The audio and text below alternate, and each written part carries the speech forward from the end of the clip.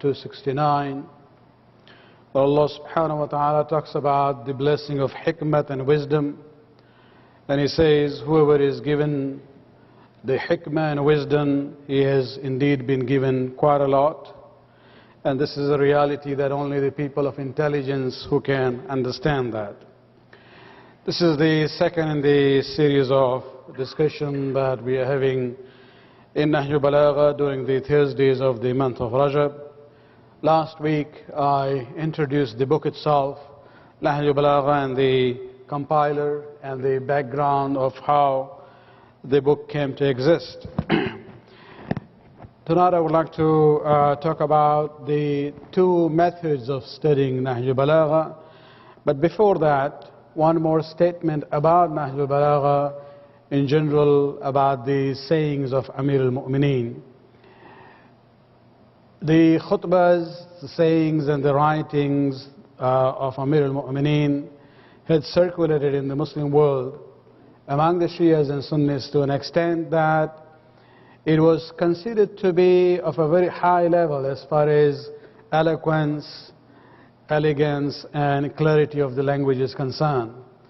There is a statement very well, for centuries, that the Muslim scholars have said that when you look at the statements of Ali, فوق كلام المخلوق ودون كلام الخالق. The statements of Amir al-Mu'mineen are above the speech of the created ones, but beneath the speech of the Creator. So it's not here, it's not there, it's somewhere in between if you really want to look at the level of it. And this was something very popularly known among Muslims about the statements of Amir al-Mu'mineen. As far as the method of studying Nahjul Balagha is concerned, Nahjul Balagha is very much like the Quran. If you look at the Quran, you will see that its themes varies from one section to another. Just as the surahs of the Quran, you will start reading one surah, you will see there is one theme and topic on it, and after 10 ayat, the theme changes. And you will see the same thing as far as the Nahjul Balagha is concerned. You can move from one khutbah to another and you will see there are very different themes in the first one and in the second one. This itself actually became a very interesting impact on Sheikh Muhammad Abdu, the famous Mufti of Egypt, of the Sunnis in Egypt, almost a century ago, when he came to know about Nahjul Balagha in Lebanon, went back to Egypt and published an edition of Nahjul Balagha with his footnotes on it. And he there in the preface he says, whenever I move from one section to another, I would see the changing scenes and varying places. Means in the imagination when he reads the book. A world of sublime spiritual meaning and enlightened intellect linked to the divine caravan. Means even for him, this changing scenes of the themes of Nahjul Balagha was something very impressive and very similar to the way Quran has come down. Now when we look at the methods of studying Nahjul Balagha as well as Quran, there are two methods. One is known as tartibi, means you go by the sequence. You study Surah Al-Fatiha, then Surah Al-Baqarah, then Surah Al-Imran, then Surah Nisa, and then Surah Ma'idah, one after another till you reach to Surah An-Nas. Another method is known as Tafsir Mawzu'i, thematic approach to the Quran, where you don't go by the surahs and the ayat in a surah, rather you go by the themes. For example, you would like to look at the concept of Tawheed in Quran. So you will go and study all the ayat of Quran about that one theme or one topic. In Nahjul Balagha also you will see the same thing. There are two ways of looking at it. Either you go through the Nahjul Balagha according to the sequence, first khutbah, then the second, then the third.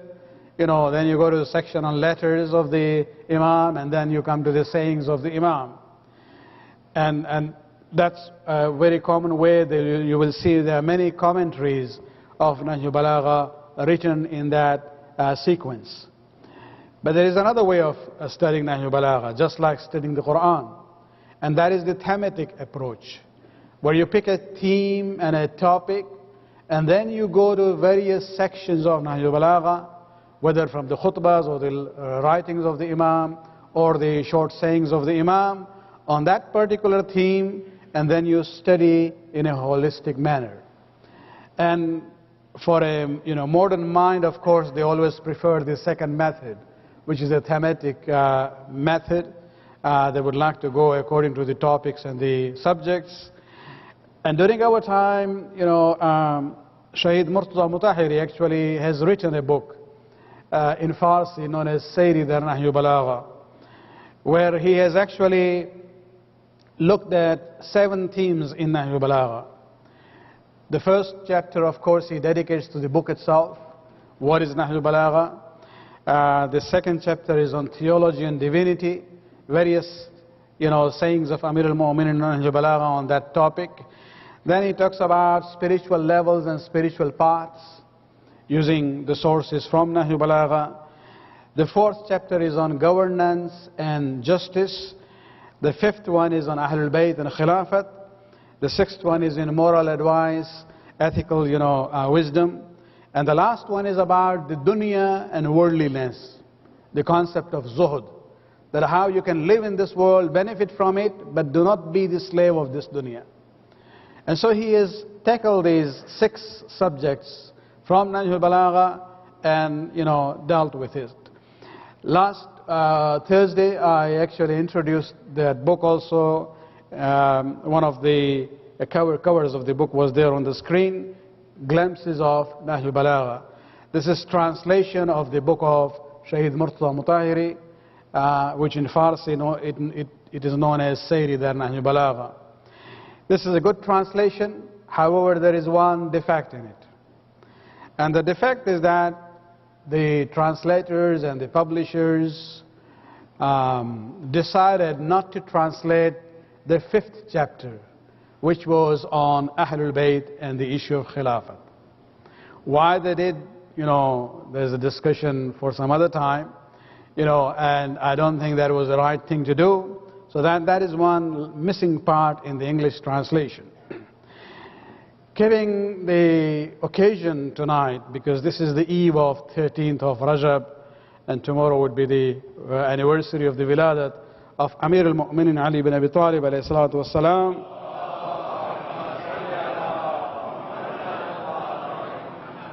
I actually would like to go to a passage from the second khutbah of Amir al-Mu'minin in Nahjul Balagha.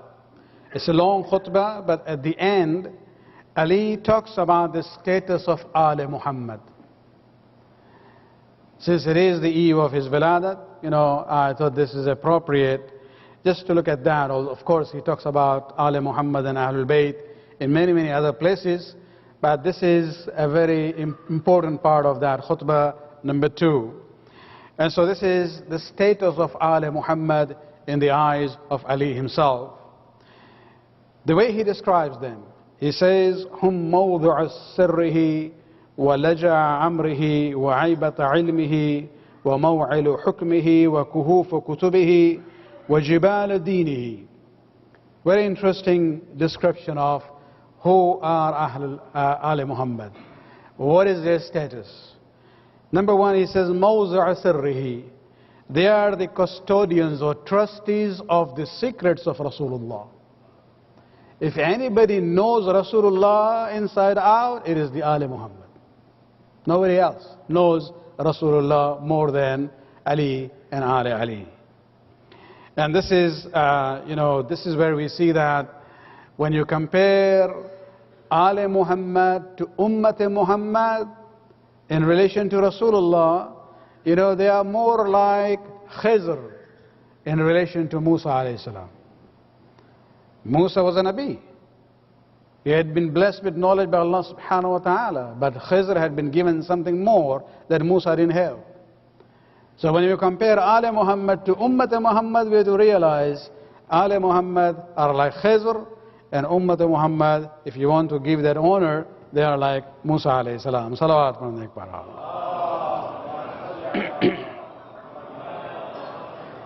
Lajaw Amrihi, second description of Ali Muhammad, he says, they are the shelter of his religious issues.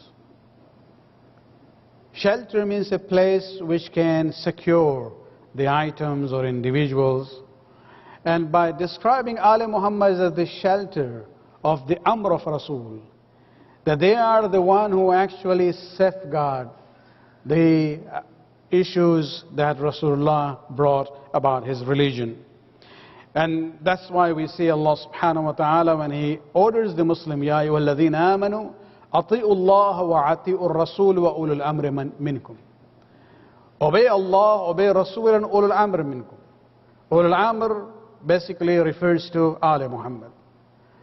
Of course, that's a tafsir by itself, but you can take it for the moment that it refers to Ali Muhammad, and we have to obey Rasul as well as Ali Muhammad because they are the people who safeguard the Amr of Rasulullah sallallahu alayhi wa sallam.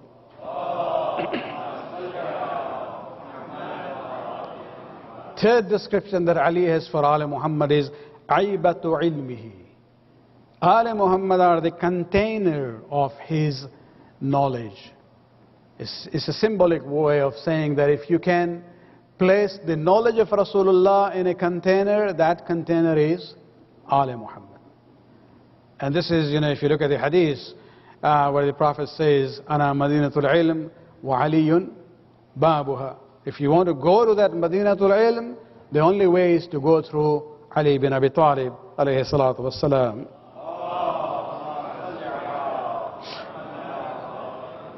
Maw'ilu hukmihi. Ali Muhammad are refuge for his commandments. The Shariat of Muhammad finds refuge in Ali Muhammad. The reason why we emphasize that when we look at the Sunnah of the Prophet, when we look at the fiqh of Rasulullah, we go through that channel which is known as the Ja'fari channel.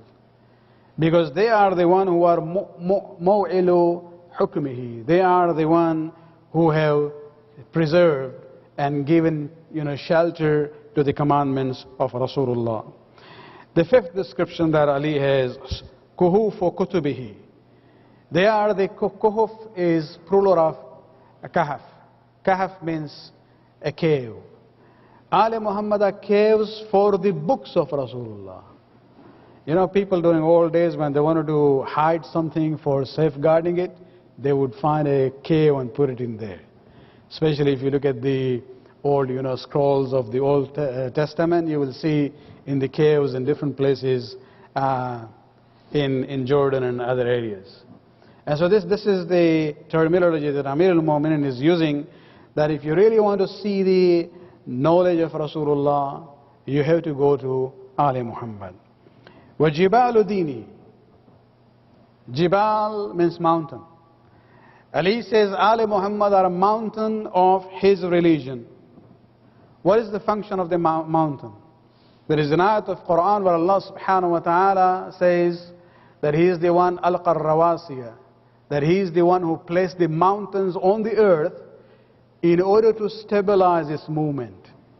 So if the mountains were not there, the movement would not be that stable.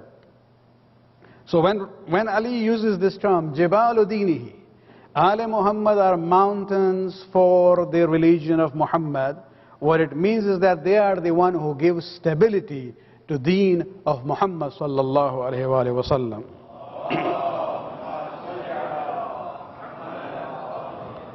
And then he concludes that passage by saying, بهم أقام النحاء Zohra وأضحب ارتعاد فرائسه. Through them, the spine or the back of the religion is straightened. If the religion of Islam is becoming old and weak, it is Ali Muhammad who gives, power and energy and straighten it in that way. And it is through them that the trembling of the religion's limb is removed. This is a symbolic way of saying that it is Ali Muhammad, through their sacrifice, that they have, preserved Islam. It is through their sacrifice that they are guaranteed that Islam would survive. Salawat.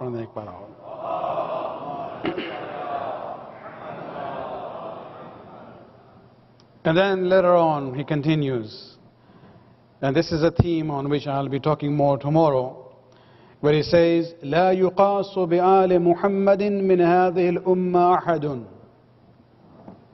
It's a very powerful statement. And this is not from a Shia alim. This is from Amir al-Mu'mineen, Imam al-Muttaqeen himself. And when he says, لا يقاس بآل محمد من هذه الأمة أحدا, none in this ummah can be compared to the progeny of Rasulullah. Nobody can be compared. When you hear this say, well, Sahaba and Ali Muhammad all are equal. No, they are not equal. You cannot compare the ummah to Al. Look at the words. Law يقاس بآل Muhammad on one hand. Nobody can be compared. من هذه الأمة أحد. No one from this ummah can be compared to Ali Muhammad. They are on a completely different level. I'll just, half an hour doesn't really give me much time to talk about these themes, especially when we talk about Nahjul Al-Balagha. Let me give you one example. Imam Ahmad bin Hanbal, founder of the Hanbali school of fiqh among Sunnis. In one of the books in biography, his son one day sat down with him and he said, oh father, can you tell me that among the Sahaba who are the top? And Imam Ahmad bin Hanbal, as usual, mentioned the name of the first Khalifa, then the second Khalifa, then the third Khalifa. And then he was silent. He didn't say anything more after that. The son was still waiting to hear that the fourth would be Ali. But after a long silence, then the son says, oh Baba, well, Baba, this is what I'm saying. Oh father, you didn't mention Ali. And that's where Imam Ahmad bin Hanbal says to him, but you talked about the Sahaba. Ali is from Ahl Bayt al-Nabi. Even Imam Ahmad bin Hanbal doesn't count Ali among the Sahaba in that sense. When you talk about Sahaba, it's a different class. When you talk about Ali Muhammad, that's a different class. Salawat.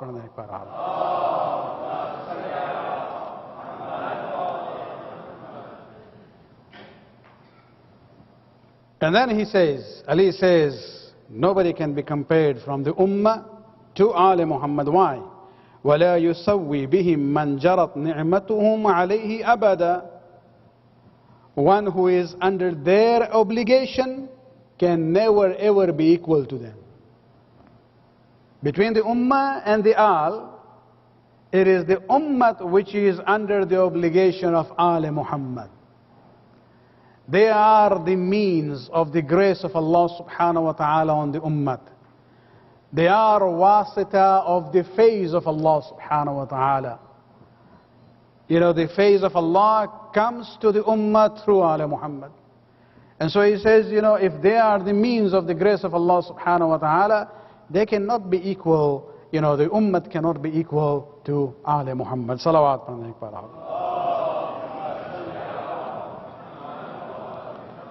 Then he says, Hum asasuddin wa imadul yaqeen.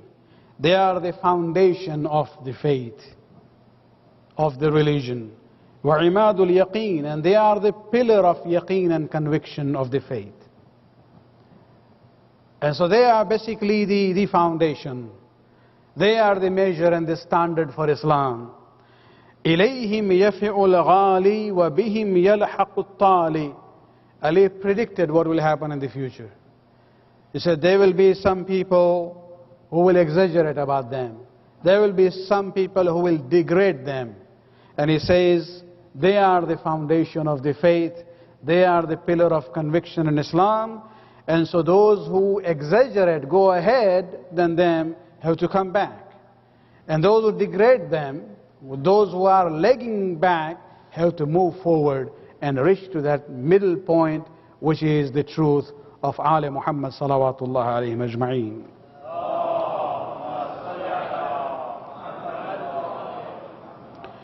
ولهم خصائص حق الولاية وفيهم الوصية والوراثة. He says they possess the main characteristics for wilayat. They are the vicegerent of Rasulullah. فيهم الوصية. In their favor exists the will. And والوراثة. And the principle of wirasa and succession of the Prophet is in their favor. This is a khutbah that Ali gave after his khilafat. And therefore at the end he says in the khutbah, الآن إذا رجع الحق إلى أهله ونقل إلى منتقله. That now with my khilafat, the truth has reached to the person who deserves it. Till now, it was not really in the hand of those who deserved it. Now it has come. الآن رجع الحق إلى أهله. The haqq, the truth, has now reached to the people who were the people of haqq. Salawat alayhi.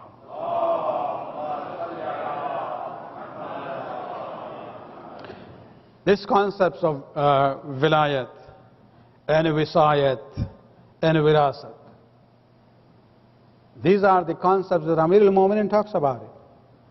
This is another invention of the days of Imam Ja'far as-Sadiq alayhi salam, or by the ulama who came later on. This is Ali himself. Early days of his khilafat, he is saying that Ali Muhammad have the haqq of wilayat, and in them is the wisayat, and with them is the wirasat. If you look at even Da'wat Zul Ashira, you will see very clearly, you know, when the first declaration of Islam is done, where the Prophet is introducing the message of Allah subhanahu wa ta'ala, he does not only talk about himself.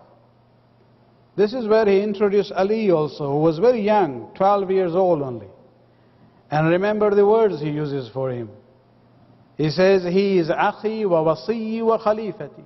He is my brother, my wasi. Somebody who will become my, successor. Wa khalifati. And he will succeed me after me. Wasiyat basically talks about the people who will execute the will of the deceased. And so from day one, when Rasulullah talked about his nubuwwat, he also talks about the wisayat of Amir al-Mu'minin Ali bin Abi Talib alayhi salatu wassalam.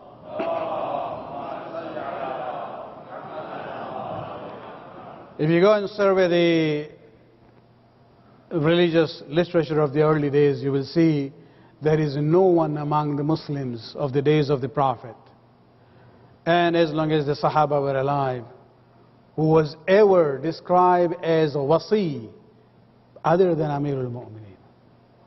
This was a title known for him only, exclusively. There was nobody known as the wasi of Rasulullah but Ali bin Abi Talib alayhi salatu wassalam.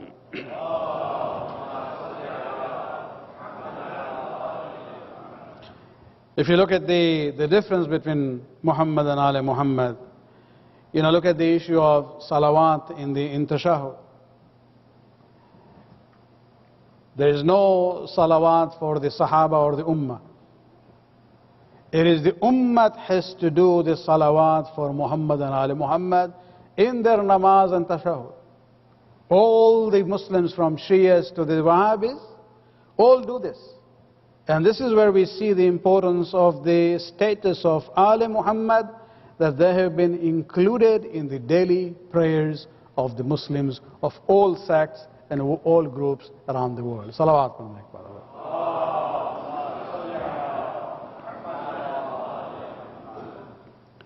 अमीर al-Mu'minin ने एक ताबीर इस्तेमाल की है, बिहिम अकामा इन्हिना और ज़हरही, कि आले मोहम्मद के ज़रिए ये इस्लाम की जो रीढ़ की हड्डी है, जो पुश्त है, وہ جو ہے مضبوط ہوئی ہے۔ آپ دیکھیں مکہ میں کس نے قربانی پیش کی؟ یا تو ابو طالب تھے یا علی تھے۔ مدینہ میں آگے آگے کون تھا؟ علی تھے۔ اور آخر میں جب اسلام پر مصیبت آئی ہے تو سب سے بڑی قربانی جس نے اسلام کی بقا کی ضمانت دی ہے وہ شہادت امام حسین علیہ السلام ہے۔ وہ جو مشہور فقرہ ہے امیر المومنین کا کہ اگر میرے نانا کا دین زندہ نہیں رہتا ہے مگر یہ کہ ہم ہمارے خون کے ذریعے، تو یہ تلوار آ کے مجھے لے لو۔ اسی سے اندازہ ہوتا ہے کہ جہاں تک اس دین کی بات ہے، اس دین کے بقا کی بات ہے، آل محمد اس کے محافظ ہیں۔ اور جو انہوں نے قربانی پیش کی ہے اس لیے ہم ان کا ذکر کرتے ہیں، ان کی قربانی کا ذکر کرتے ہیں اور ان کو ہم یاد کرتے ہیں۔ اور خود امیر المومنین نے جس عنوان سے آل محمد کو پیش کیا ہے، اور بھی بہت سے مقامات ہیں نہج البلاغہ میں جہاں بہت ہی پاورفل سمبولزم امیر المومنین نے آل محمد کے لیے استعمال کیا ہے۔ وقت میں اتنی گنجائش نہیں ہے، لیکن وہ فقرہ کہ وہ جن پر فیض پہنچتا ہے آل محمد کے ذریعے، وہ آل محمد سے برابر نہیں ہو سکتے، اس لیے کہ خداوند عالم جو ہے اس نے آل محمد کو واسطہ قرار دیا ہے۔ وسیلے فیض الہی یہی ہیں۔ کربلا میں جو قربانیاں دی ہیں امام حسین علیہ السلام نے، اس لیے تو خود رسول اللہ علیہ السلام نے کہا تھا حسین منی وانا من حسین، کہ اسلام میرا نام، میرے نبوت کی گواہی جو اذان میں باقی رہے گی یہ حسین کی وجہ سے ہے۔ انا من حسین، یعنی میرا نام، میرا مرتبہ، میرا دین، میرا پیغام باقی رہے گا صرف حسین کی قربانی کی وجہ سے۔ اور حسین نے جو قربانیاں پیش کی ہیں، آخر میں جناب علی اصغر کی شہادت پیش کی ہے، یہ در حقیقت یہ گارنٹی تھی کہ اسلام ہمیشہ محفوظ رہے گا۔ کس انکساری کے ساتھ لے کے آئے ہیں، الفاظ جو امام حسین علیہ السلام نے استعمال کیے ہیں، عزاداران حسین، انسان اپنے لیے کبھی اتنا ہمبل نہیں ہو سکتا ہے، لیکن جہاں اولاد کی بات آتی ہے، وہاں پہ اسپیشلی جب پانی کی بات آتی ہے، حسین نے جو فقرے کہے ہیں عجیب و غریب ہیں۔ جہاں حسین کہتے ہیں کہ اگر ہم نے تمہارے حق کو ضائع کیا ہے، اگر ہم تمہارے نظر میں مجرم ہیں تو بدلہ مجھ سے لو، قصاص مجھ سے لو، اس بچے کا کیا قصور ہے؟ تم نے جو پانی بند کیا ہوا ہے، اس پانی کے بند کرنے کی وجہ سے اس بچے کی ماں کا دودھ بھی خشک ہو چکا ہے اور وہ اثر ہوا ہے۔ اور اس لیے جب عمر ابن سعد نے حرملہ کو حکم دیا ہے، یہ نہیں کہا ہے کہ حسین کے بیٹے کو قتل کر دو، الفاظ یہی ہے اقطع کلام الحسین، حسین کی اس بات کو، حسین کی حجت کو، حسین کی دلیل کو ختم کر دو۔ حسین کی معصومیت کی دلیل اصغر تھی، اور اسی لیے جب وہ لے کے آئے ہیں اس لاشے کو، شیخ عباس قمی کی روایت ہے 7 مرتبہ گئے ہیں لیکن ہمت نہ ہوئی کہ خیمے میں جائیں۔ آخر میں آسمان سے آواز آتی ہے دعہ یا حسین فی التراب، اے حسین اس بچے کو زمین میں دفن کر دو، گاڑ دو اس بچے کو، ہم نے جنت میں دودھ پلانے والے کا انتظام کیا ہے۔ عزاداران حسین، حسین نے کس طرح سے دفن کیا ہوگا؟ آپ سنتے ہیں کہ کربلا میں جو گرمی کا عالم تھا، اس ریت کو جب کھودا ہوگا اور جب اس ریت کی گرمی کو دیکھا ہوگا، کس طرح سے حسین نے اس نرم شیرخوار بچے کے جنازے کو رکھا ہوگا، یہ صرف حسین کا دل بتا سکتا ہے کہ جب رباب کے سامنے آتے ہیں صرف ایک ہی جملہ انہوں نے کہا تھا یا علی مثلک یذبح، اے بیٹا تجھ جیسا ننھا بچہ بھی کربلا میں ذبح کر دیا جاتا ہے۔ لعنت اللہ علی القوم الظالمین سیعلم الذین ظلموا ای منقلب ینقلبون۔ خداوند اس قلیل بعد قبول فرما، ہمارے گناہوں کو بخش دے، ہمارے توفیقات میں اضافہ فرما، امام کے ظہور میں تعجل فرما۔ ربنا تقبل منا انک انت السمیع العلیم۔